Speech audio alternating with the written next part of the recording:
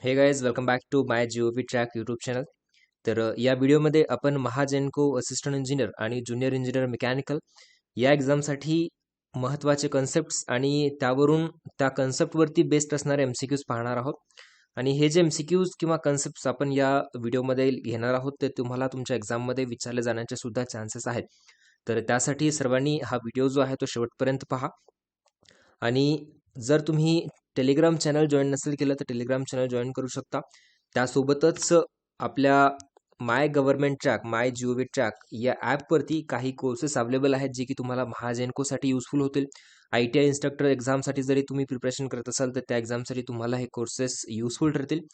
तर त्या ॲपची सुद्धा लिंक डिस्क्रिप्शनमध्ये अवेलेबल आहे. त्यावरती क्लिक करून तुम्ही माय जीओव्ही ट्रॅक हे ॲप डाउनलोड करू शकता. एनिवे प्ले स्टोअरवरती सुद्धा अवेलेबल आहे. डायरेक्टली प्ले स्टोअरवरती तुम्ही जाऊन माय जीओव्ही ट्रॅक हे जरी टाईप केलं तरी तुम्हाला हे ॲप तिथे अवेलेबल असेल. तर कोणकोणते कोर्सेस आहेत सध्या महाजेनकोसाठी? तर तुम्हाला माहिती आहे असिस्टंट इंजिनियर आणि ज्युनियर इंजिनियर दोन पोस्टसाठी महाजेनकोमध्ये जागा निघालेल्याच आहेत. तर महाजेनको असिस्टंट इंजिनियर यासाठी आपल्याकडे टेस्ट सिरीज अवेलेबल आहे. त्यासोबतच JEE साठी सुद्धा आहे. त्याच्यामध्ये बघू शकता फुल लेंथच्या 12 टेस्ट आहेत. सब्जेक्ट वाईज 60 टेस्ट, मराठीच्या 15, इंग्लिशच्या 15, रिझनिंग आणि ॲप्टिट्यूडच्या 10-10. ठीक आहे, तर टोटल एवढ्या टेस्ट आहेत. सेम फॉर जेईसाठी सुद्धा सेम टेस्ट आहेत. पण एईच्या टेस्टमध्ये जे काही क्वेश्चन्स असतील ते सर्व डिफरंट असतील जेईच्या टेस्टमध्ये. म्हणजे कुठलाही क्वेश्चन तुम्हाला सेम नाही मिळणार, भलेही ते नॉन टेक्निकल असो किंवा टेक्निकल असो. म्हणजे एईच्या एक्झाममध्ये प्रॉपर एई लेवलचे क्वेश्चन्स आपण इन्क्लूड केलेले आहेत, टेक्निकलचे असो नॉन टेक्निकलचे असो. जेईच्या टेस्ट सिरीजमध्ये सुद्धा आपण जेई लेवलचे जे काही IBPS जेई लेवलचे क्वेश्चन्स विचारते तर त्या लेवलचे क्वेश्चन्स आपण जेई टेस्ट सिरीजमध्ये इन्क्लूड केलेले आहेत. तर दोघांमध्येही सर्वच्या सर्व क्वेश्चन्स तुम्हाला डिफरंट मिळतील. प्रत्येक क्वेश्चनचं तुम्हाला डिटेल सोल्युशन मिळेल. डिटेल सोल्युशन सोबत एक्स्ट्रा कन्सेप्ट सुद्धा मिळेल जे की तुम्हाला मे बी जर त्या कन्सेप्टवरनं जर एक्झाममध्ये क्वेश्चन आला तर ते तुम्हाला तिथे यायला पाहिजे.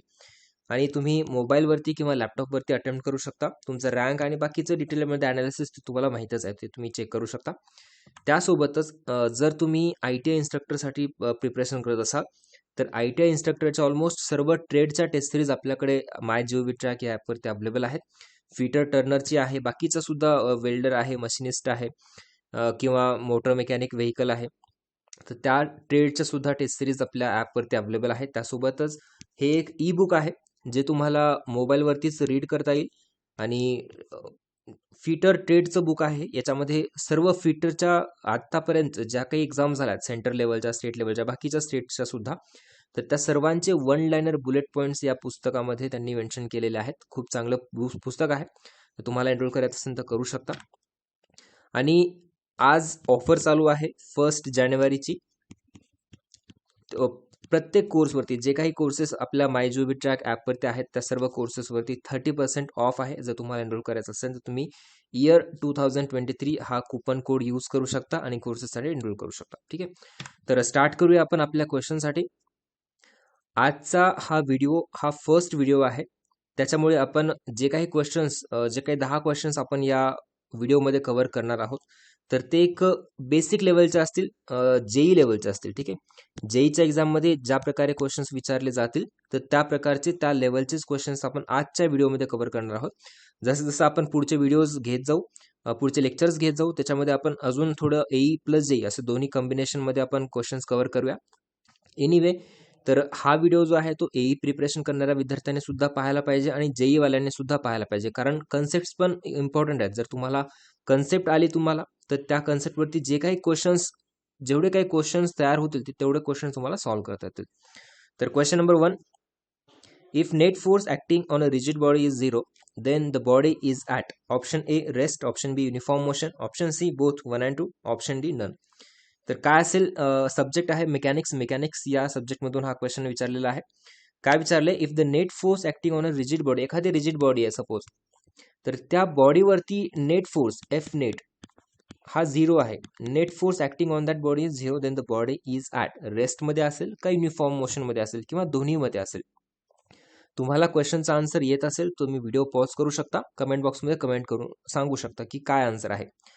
तर या क्वेश्चनचं करेक्ट आन्सर आहे option C, that is both 1 and 2.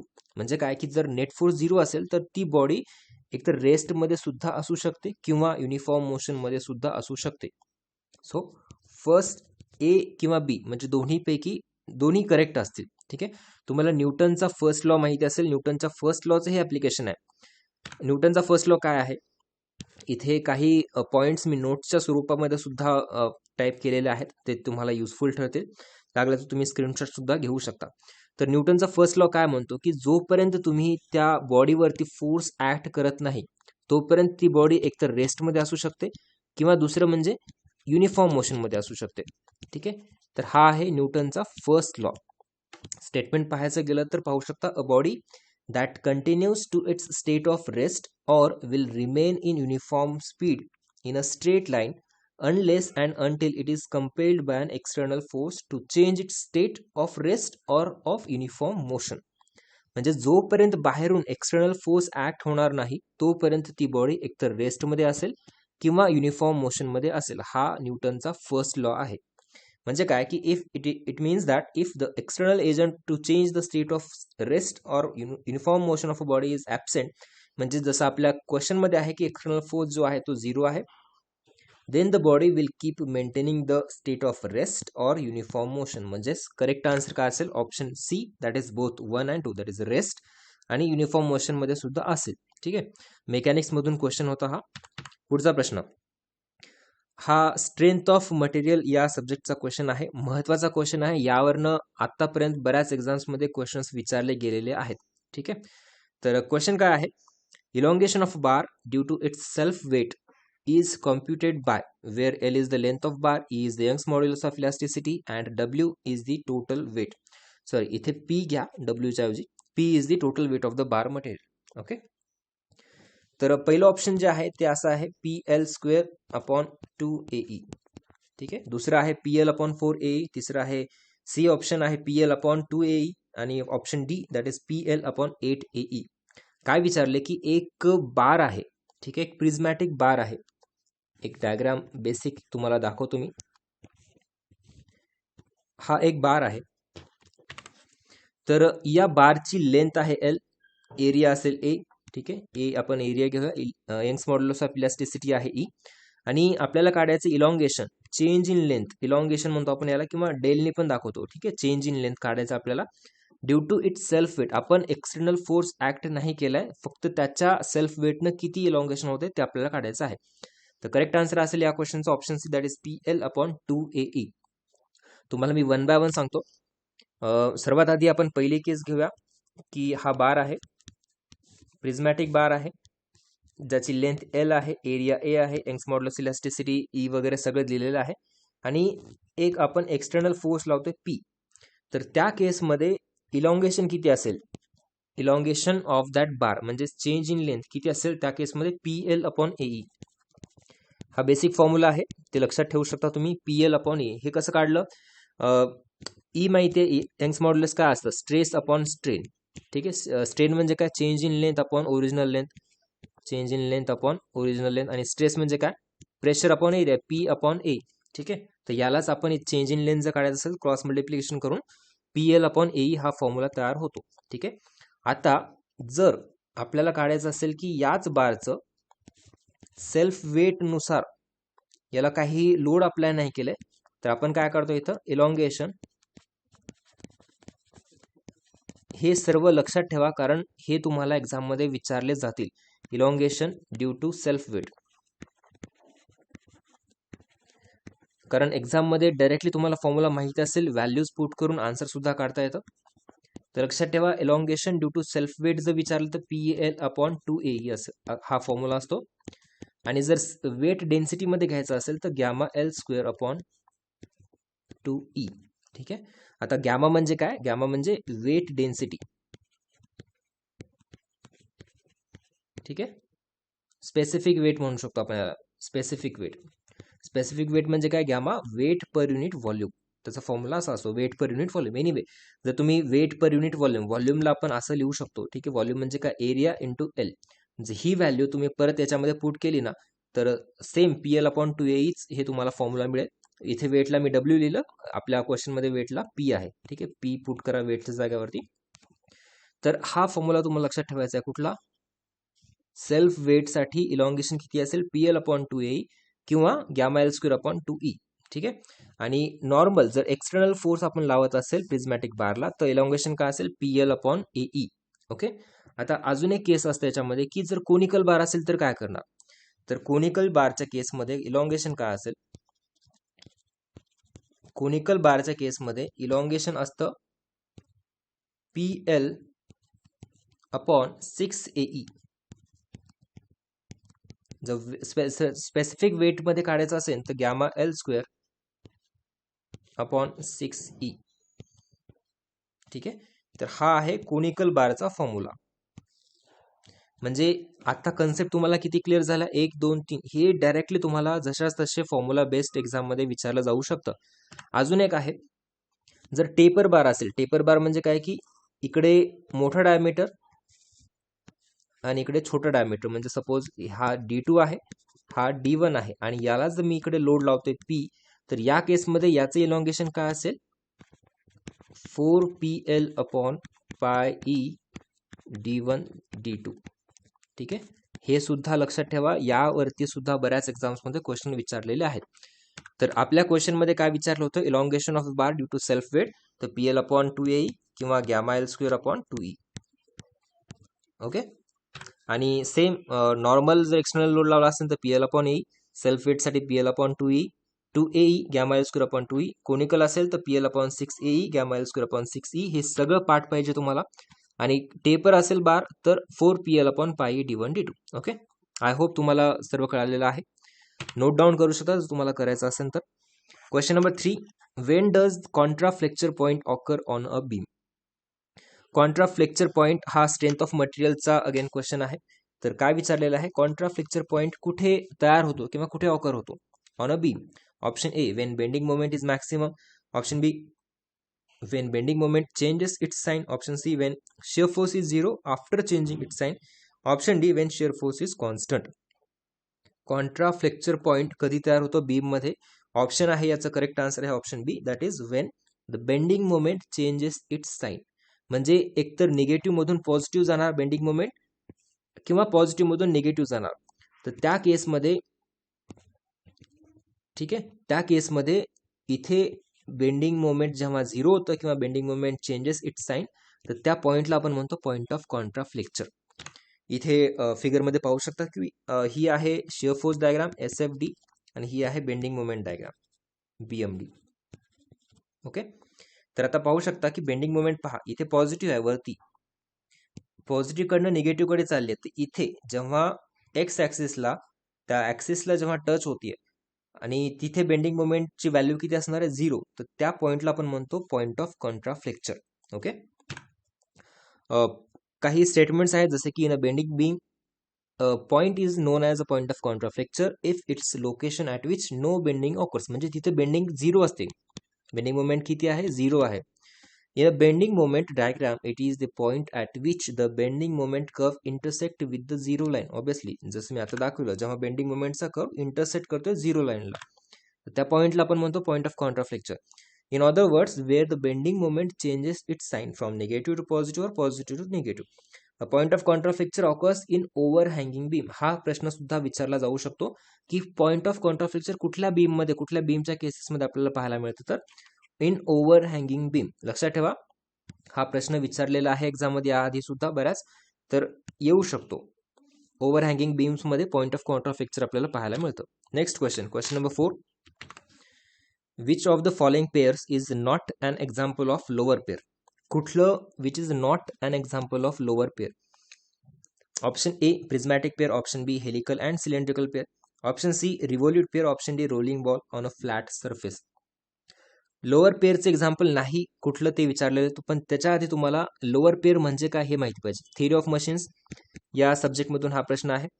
तर लोअर पेअर म्हणजे काय हे माहिती पाहिजे तुम्हाला, हायर पेअर म्हणजे काय हे माहिती पाहिजे.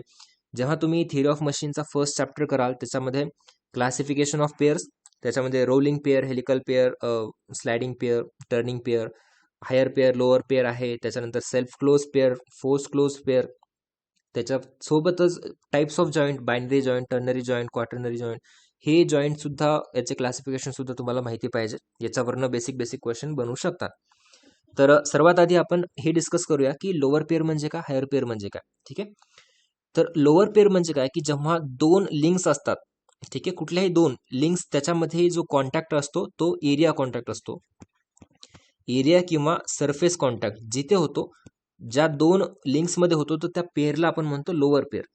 आणि जर सपोज त्या दोन लिंक्समध्ये किंवा त्या पेअरमध्ये जर पॉईंट कॉन्टॅक्ट किंवा लाईन कॉन्टॅक्ट होत असेल, पॉईंट कॉन्टॅक्ट किंवा लाईन कॉन्टॅक्ट होत असेल, त्या केसमध्ये त्याला आपण म्हणतो हायर पेअर.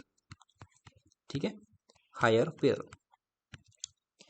किंवा एक सपोज एक एक्झाम्पल पाहायचं म्हटलं हायर पेअर किंवा लोअर पेअरचं पाहूया की हा एक होल आहे.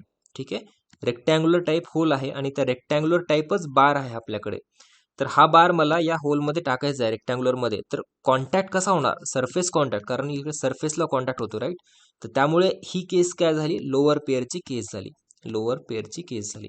हायर पेअरची केस म्हणजे काय की एक रोलिंग डिस्क आहे आणि मला या सरफेसवरती तिला फिरवायचे, घुमवायची आहे.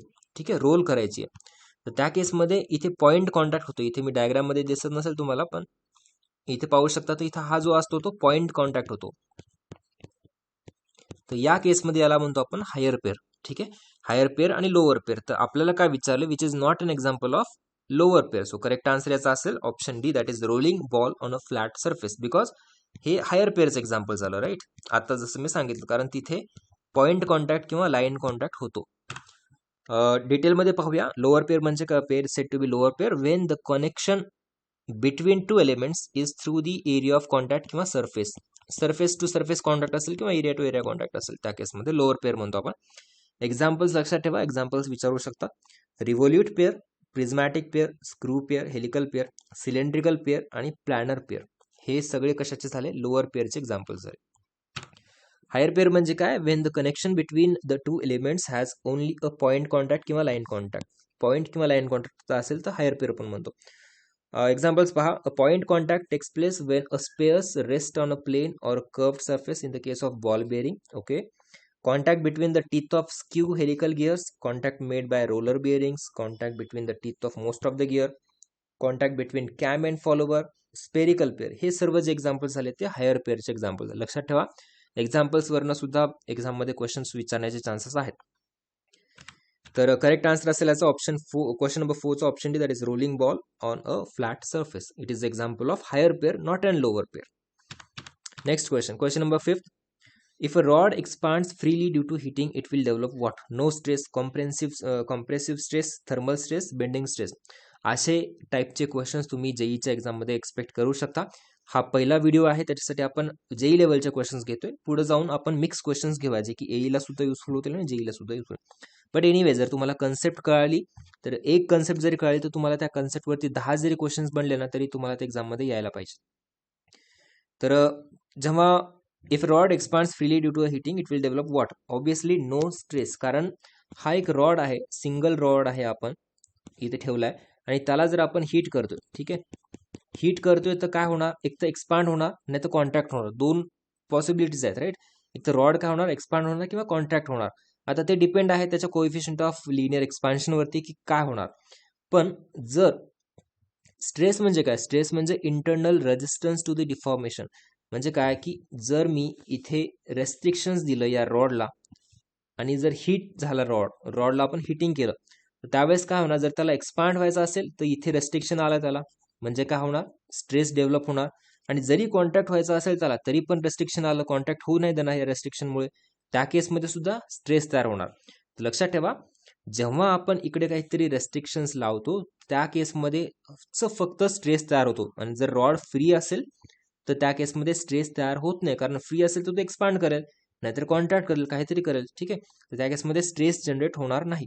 So if a rod expands freely due to heating, it will develop no stress, right.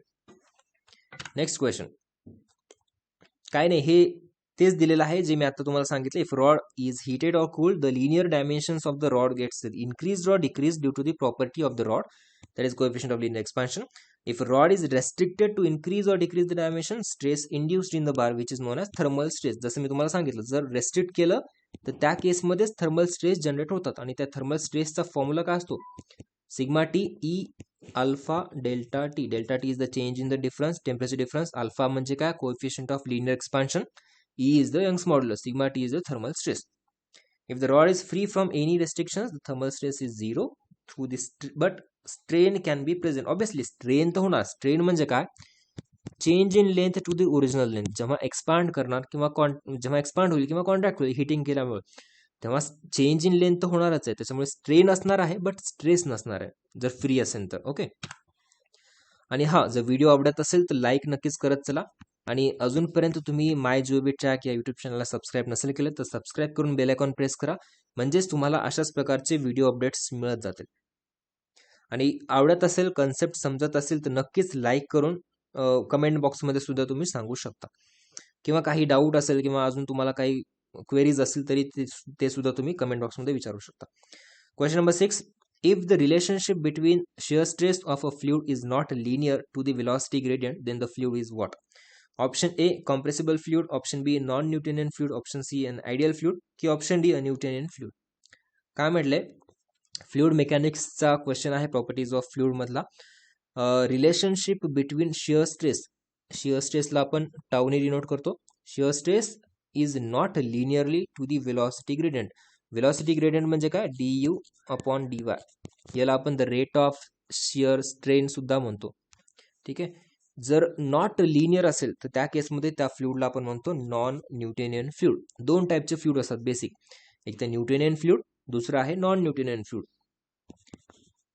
इथे लिहितो मी तुम्हाला शॉर्टमध्ये समजण्यासाठी. दोन टाईपचे फ्लुइड असतात, एक तर न्यूटोनियन फ्लुइड आणि दुसरं आहे non Newtonian fluid. Non Newtonian fluid.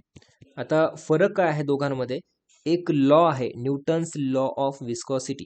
ठीक आहे, न्यूटन्स लॉ ऑफ विस्कॉसिटी हे तुम्हाला माहिती पाहिजे, एक्झाम मध्ये विचारलं जाऊ शकतो. न्यूटन्स लॉ ऑफ विस्कॉसिटी काय आहे हा लॉ, की shear stress is directly proportional to the rate of shear strain किंवा वेलॉसिटी ग्रेडियंट. ठीक आहे, डी यू अपॉन डी वायला वेलॉसिटी ग्रेडियंट सुद्धा म्हणतो, रेट ऑफ शियर स्ट्रेन सुद्धा म्हणतो.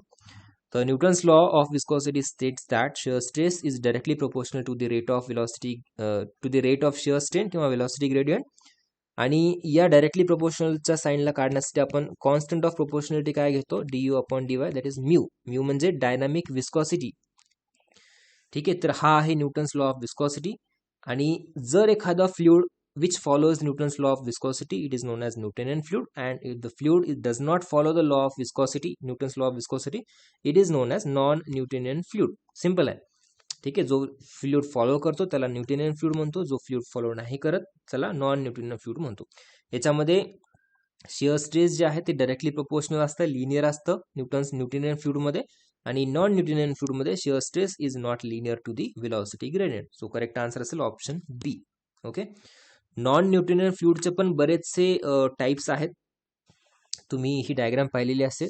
Shear stress versus rate of shear strain D U upon D Y. आणि याच्यामध्ये नॉन न्यूटोनियनच्या फ्लुइडचे टाइप्स आपण पाहूया.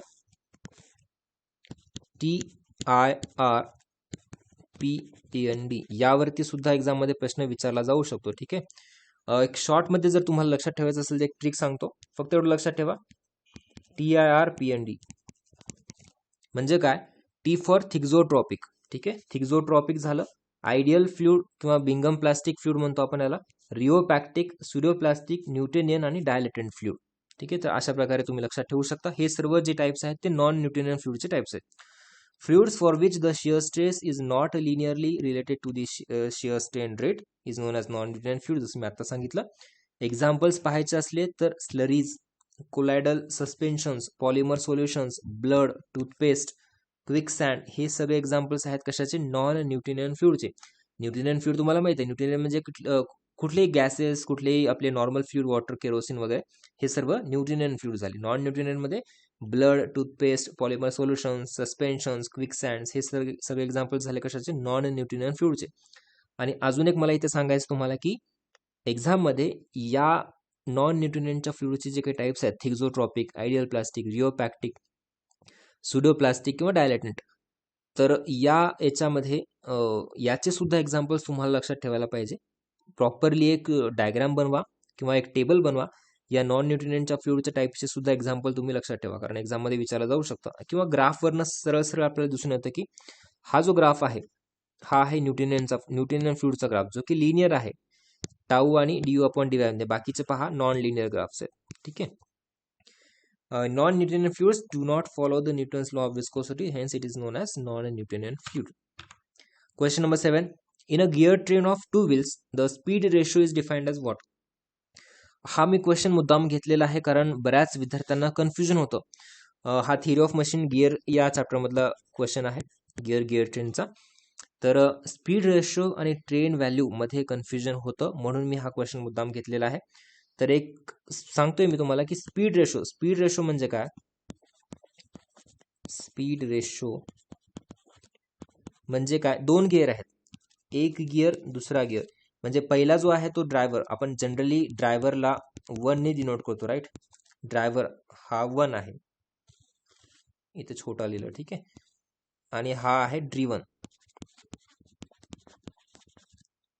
हा दुसरा गिअर आहे, हा पहिला गिअर आहे. जनरली आपण ड्रायव्हरला 1 नंबर देतो, ड्रिवनला 2 नंबर देतो. तर स्पीड रेशो म्हणजे काय, is the ratio of speed of driver to the speed of driven gear. म्हणजे काय, omega of driver to the omega of driven. Omega लिहा किंवा एन वरती घ्या, N1 अपॉन N2 घ्या, आणि टीथ कधी पण एनच्या अपोजिट असतो. ठीक आहे, इन्व्हर्सली प्रोपोर्शनल असतो. हा झाला स्पीड रेशोचा फॉर्म्युला. आता याच्यानंतर कन्फ्युजन करून घेऊ नका की स्पीड रेशो म्हणजे काय आणि ट्रेन व्हॅल्यू म्हणजे काय. ट्रेन व्हॅल्यू स्पीड रेशोच्या उलट असतं. म्हणजे काय की इथे N2 upon N1 which is equal to omega 2 upon omega 1 which is equal to T1 upon T2. म्हणजे स्पीड रेशो आणि ट्रेन व्हॅल्यू ह्या दोन्ही उलट वाईस वर्सा आहेत. स्पीड रेशो म्हणजे N1 upon N2, train value म्हणजे N2 अपॉन N1. ठीक आहे. बऱ्याच विद्यार्थ्यांना या गोष्टींमध्ये कन्फ्युजन होते, त्यासाठी मुद्दाम हा क्वेश्चन घेतलेला आहे मी. Next question number 8. The ratio of lateral strain to the longitudinal strain which remains constant within the elastic limit is known as what. Option A modulus of rigidity, option B Hooke's law, option C Young's modulus, option D Poisson's ratio. तर काय विचारलेलं आहे, the ratio of lateral strain to the longitudinal strain. या रेशोला आपण काय म्हणतो, option D is the right answer, पॉइझन्स ratio म्हणतो. ठीक आहे. तर लक्षात ठेवा, हे जे यंग्स मॉड्युलस ऑफ इलॅस्टिसिटी असो, मॉड्युलस ऑफ रिजिडिटी याला जी ने डिनोट करतो आपण, हुक्स लॉ म्हणजे काय, जिथे stress directly proportional to strain असतं. यंग्स मॉड्युलसला ई ने डिनोट करतो. बल्क मॉड्युलस आहे के ने डिनोट करतो आपण. आणि यांच्यामधलं रिलेशन सुद्धा तुम्हाला माहिती पाहिजे. तर या क्वेश्चनचा आन्सर तर झाला ऑप्शन डी करेक्ट आहे, पॉइझन्स रेशो. पॉइझन्स रेशोला आपण म्यू ने डिनोट करतो. म्यू म्हणजे काय, it is the ratio of lateral strain to the longitudinal strain. ठीक आहे. ई म्हणजे यंग्स मॉड्युलस ऑफ इलॅस्टिसिटी, त्याला आपण स्ट्रेस टू दी म्हणजे longitudinal stress to the longitudinal strain असं सुद्धा डिनोट करू शकतो. मॉड्युलस ऑफ रिजिडिटीला आपण जी ने डिनोट करतो. जी म्हणजे काय, shear stress to the shear strain. दुसरा आहे bulk modulus K. Bulk modulus म्हणजे काय, बल्क मॉड्युलसला डायरेक्ट आपण direct stress to the volumetric strain असं सुद्धा लिहू शकतो. हे काय झालं, बल्क मॉड्युलस झालं. आणि आता या चौघांमधले सुद्धा तुम्हाला रिलेशन माहिती पाहिजे, हे नोट करून घ्या किंवा तुम्हाला कुठेही मिळतील, अवेलेबल आहेत बऱ्याच बुक्समध्ये किंवा कुठेही पण. E equal to 2G 1 plus mu, E equal to 3K 1 minus 2 mu, E equal to 9kg upon 3K plus G, आणि अजून एक mu equal to 3K minus 2G upon 6K plus 2G. हे 4 relations तुम्हाला माहिती असणं गरजेचं आहे. सॉममध्ये एक क्वेश्चन तरी तुम्हाला तुमच्या एक्झाममध्ये या रिलेशनवरनं विचारलं जाईल. मे बी एक तर न्यूमेरिकल असेल, नाहीतर डायरेक्टली हा फॉर्म्युला असेल. ठीक आहे. 1, 2, 3 आणि 4 हे पाठच पाहिजे तुम्हाला सर्वांना. पुढचा प्रश्न question number 9. For a steady flow the values of all fluid properties at any fixed point is changes with the location, do not change with the time, do not change with the location, change with the time.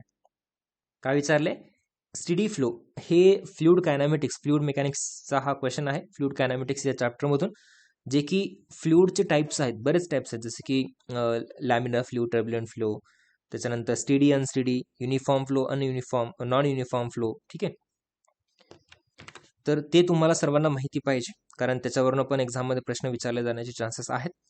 तर आपल्या क्वेश्चनमध्ये काय विचारले, steady flow. Steady फ्लोमध्ये काय की असा flow ज्याच्यामध्ये fluid properties, फ्लूइडच्या कुठल्या प्रॉपर्टीज, डेन्सिटी असो, वेट डेन्सिटी असो, प्रेशर असो, तर स्टेडी फ्लोमध्ये fluid properties do not change with the time, त्याला आपण म्हणतो स्टेडी. स्टेडी आहे, steady, not changing with any time.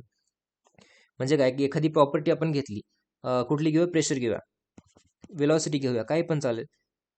Suppose ही प्रॉपर्टी आहे प्रेशर फ्लुइडचं, which is not changing with respect to time, dp upon dt which is equal to 0, म्हणजे not changing, constant आहे.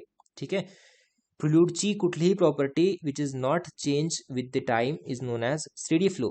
Unsteady म्हणजे काय की त्याच्यामध्ये प्रॉपर्टी ती टाइम सोबत चेंज होते, त्याला आपण म्हणतो अनस्टेडी फ्लो. आता युनिफॉर्म फ्लो म्हणजे काय की युनिफॉर्म फ्लोमध्ये, युनिफॉर्म फ्लोसाठी एकच प्रॉपर्टी आपण यूज करतो, जी म्हणजे velocity. So fluid velocity does not change with respect to space, ds at any point of time. जेव्हा टाइम कॉन्स्टंट असेल, जर चेंज होत नसेल तर त्याला आपण म्हणतो युनिफॉर्म फ्लो, आणि जर चेंज होते तर त्याला आपण म्हणतो नॉन युनिफॉर्म फ्लो. ठीक आहे, परत एकदा सांगतो, नीट लक्ष देऊ नका. स्टेडी म्हणजे काय, it is a type of flow in which the fluid properties does not change with respect to time, does not change with respect to time, dt आहे, त्याला आपण म्हणतो स्टेडी फ्लो. अनस्टेडी म्हणजे काय, the properties of fluid which changes with respect to time is known as unsteady flow. Uniform flow म्हणजे काय, the properties of fluid, that is velocity only, is changes with respect to space, त्या केसमध्ये आपण म्हणतो non uniform flow. आणि if it is not changes with respect to space, it is known as uniform flow. पहिलं question, uniform म्हणजे पहिलं statement आहे uniform flow. It is defined as the type of flow in which the velocity at any given time does not changes with respect to space. याचं equation जर लिहायचं असेल तर कसं लिहिणार मी, dv upon ds at any time which is 0, म्हणजे constant आहे, चेंज होत नाहीये, युनिफॉर्म फ्लो. नॉन युनिफॉर्म म्हणजे काय, चेंज होते, कसं, dv upon ds at any time which is not constant, म्हणजेच नॉन युनिफॉर्म फ्लो. CD म्हणजे काय, म्हणजे the fluid properties do not change with respect to time, do not change. ठीक आहे, म्हणजे फ्लुइड प्रॉपर्टी घ्या, प्रेशर घ्या, वेलॉसिटी घ्या, डेन्सिटी घ्या, कुठली पण घ्या, which do not change with respect to time, म्हणजे कॉन्स्टंट आहे ती, त्याला म्हणतो स्टेडी फ्लो. अनस्टेडी म्हणजे काय, it changes with respect to time. That's it, सोपा आहे. लॅमिनर, टर्ब्युलंट हे पण टाइप्स आहेत. क्वेश्चन नंबर 10, हा क्वेश्चन होमवर्कसाठी क्वेश्चन आहे. सर्वांनी या क्वेश्चनचा आन्सर कमेंट बॉक्समध्ये द्यायचा आहे. 4 students were asked to arrange forces due to rolling, static and sliding frictions in increasing order. The correct arrangement is rolling, static, sliding, static, rolling. कसं असेल, increasing order म्हणजे काय, सर्वात कमी फ्रिक्शन लागलं पाहिजे, त्याच्यानंतर सर्वात जास्त फ्रिक्शन, थोडं त्याच्यानंतर जास्त, आणि नंतर सर्वात मोठं फ्रिक्शन लागलं पाहिजे. तर तुम्हाला या फ्रिक्शन फोर्सेसला इन्क्रीजिंग ऑर्डरमध्ये अरेंज करायचं आहे. होमवर्कचा क्वेश्चन आहे. सर्वांनी कमेंट बॉक्समध्ये कमेंट करून सांगा की काय करेक्ट आन्सर असेल. क्वेश्चन नंबर 10 आन्सर कसं द्यायचं आहे, क्वेश्चन नंबर 10चा आन्सर ABCD जे काय असेल ते. आणि अजूनपर्यंत तुम्ही टेलिग्राम चॅनल जॉईन नसेल केलं तर टेलिग्राम चॅनल नक्की जॉईन करा. त्याच्यामध्ये आपण डेली क्विज क्वेश्चन्स टाकत असतो, ते तुम्हाला नक्कीच फायदा देतील एक्झाममध्ये. आणि कोर्सेसला एनरोल करण्यासाठी माय जीओव्ही ट्रॅक हे ॲप्लिकेशन इन्स्टॉल करू शकता. आपल्याकडे महाजेनको AE टेस्ट सिरीज आहे, महाजेनको JEE टेस्ट सिरीज आहे, त्याच्यासोबतच fitter, Turner, machinist, welder, motor mechanic, vehicle, plumber, बाकीच्या बऱ्याच ट्रेड्स ज्या की मेकॅनिकलच्या आहेत ऑटोमोबाईलमध्ये. तर ह्या ट्रेड्सच्या सुद्धा टेस्ट सिरीज आपल्या माय जीओव्ही ट्रॅक ॲपवरती अवेलेबल आहे. आणि आज जर तुम्ही एनरोल कराल तर 30% डिस्काउंट आहे, जर तुम्ही इयर 2023 हा कोड यूज केलास तर.